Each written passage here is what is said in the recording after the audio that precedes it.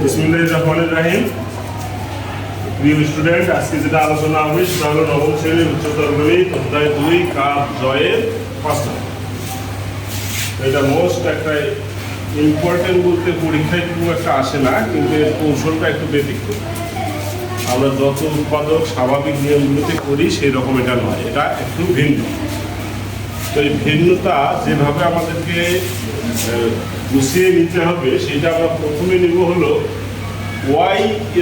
Y এর কে চলক ধরে আদর্শ রূপে সাজানোর চেষ্টা করি। তাহলে ওয়াইকে যদি চলক ধরি তাহলে বলো তো প্রথমে কি লিখবো? আদর্শ রূপে লিখতে গেলে 6y²। প্রথমে আমরা কি করবো? 6y², অর্থাৎ এই রাশিটাকে আমরা সাজিয়ে লিখতেছি। তারপর কি লিখবো? 2y xy। হ্যাঁ, তারপরে কি লিখবো? -2y। গুড। আচ্ছা, এরপরে এটা লেখার পরে y এর চলক কালামগুলো কিন্তু শেষ হয়ে গেল। y এর চলকগুলো কি শেষ হলো? এখন কি আসলো? x এর চলক। এখন x চলক আকারে x এর আদর্শ রূপে বাকিটা সাজাই যাবে। তাহলে প্রথমে কি লিখবো? -2x²। তারপর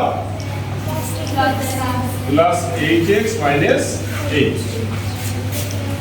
কারণ এটা হলো প্রাথমিক একটা কৌশল, অর্থাৎ এখানে এলোমেলোভাবে আছে পদগুলো, সেগুলোকে আমরা সাজিয়ে নিলাম আদর্শ রূপে। প্রথমে ওয়াই এর আদর্শ রূপ, তারপর এক্স এর আদর্শ রূপ।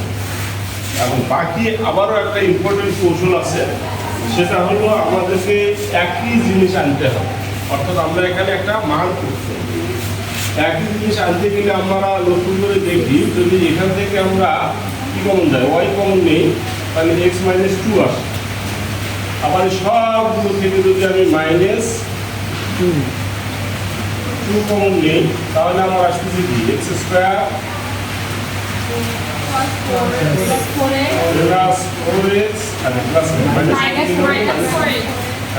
-4x + 4 6y² + y * x - 2। দেখো এইটা নিলে এইরকম একটা সূত্রের পড়ে এটা বুঝতে হবে না। আচ্ছা, তারপরে আমি লিখি x² - 4x + 4 = (2ab + b²) এই হলো x a - b অংশ। তাহলে এইটাই কি আমি এটা লিখতে পারি, ঠিক আছে? আচ্ছা, নেক্সট অপশন আসলো এই দুইটা পদ থেকে আমি x - 2 টাকে কমন নিলাম। তাহলে x - 2 কে কমন না নিয়ে আমি এখন এখানে বলবো ধরি, অর্থাৎ আমি মনে করে নিলাম যে x - 2 = a বা b বা p q r s, অর্থাৎ এখানে x y বাদে যে কোনো একটা ধরা যাবে। তাহলে a যদি ধরে নেই তাহলে আমি এখানে কি লিখতে পারি? ay মাইনাস এখানে লিখতে পারি 2a²। ক্লিয়ার? এখন আমরা এটাকে মিডল টার্ম, তাহলে মিডল টার্ম করলে কি হবে? 6 গুলো 12, 12কে ভাঙাইলে 3 - 4 = 12, তাহলে 3 - 4 = 12, 6² বড়টা প্রথমে আসবে 4ay - 2a²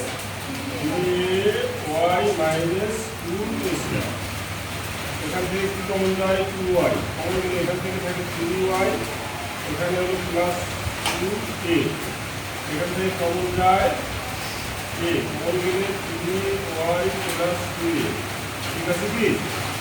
আবার এটা কমন যায় 3y + 2a, দিলে এখানে থাকছে 2y - a। এখন আমরা এখানে a এর মানটা বসাই দিই, তাহলে 3y + a এর মান কত ছিল? এর মান ছিল x - 2 পরিবর্তন হয়ে গেছে, তাহলে এর জায়গায় আমরা লিখব এখন x - 2।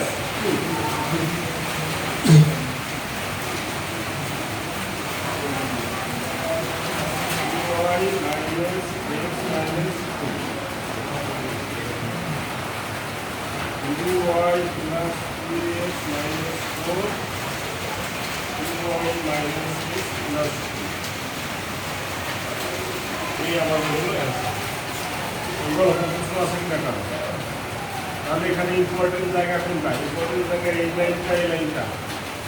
এটা হলো চলকের আদর্শ রূপে, ওয়াই চলকের আদর্শ রূপে সাজিয়ে নিলাম একটা অংশ, আর একটা অংশ এক্স চলকের আদর্শ রূপে সাজিয়ে নিলাম। তারপর নেক্সটে আবার প্রবলেম হলো আমার সাধারণত এই যে অবস্থা খুব কম করে এইটাতে দুটো পক্ষ থেকে কমন, এটাতে আবার তিনটে পক্ষ থেকে কমন। উদ্দেশ্য আমার টার্গেট হলো এই জিনিসটা রিপিট করা, অর্থাৎ এক্সকে আমরা আউট করে দিই।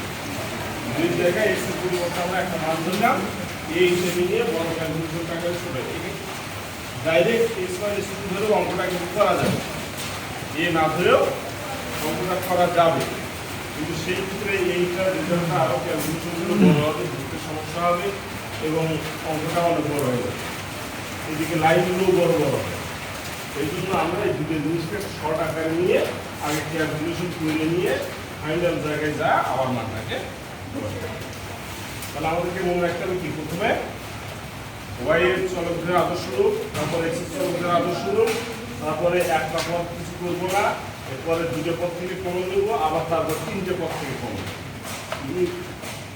নিয়ে এটাকে সূত্রে ফেলবো, তারপর এক্স মাইনাস টু কমন, এক্স মাইনাস টু একই জিনিস আসবে, ওটার পরিবর্তে এ ধরলাম, ধরার পরে মিডল টার্ম করলাম, মিডল টার্ম করার পরে বাকি উৎপাদক হয়ে গেল, আবার এই মানটা বসে। কোনো প্রবলেম আছে? ঠিক আছে, আজ এ পর্যন্তই। আল্লাহ হাফেজ।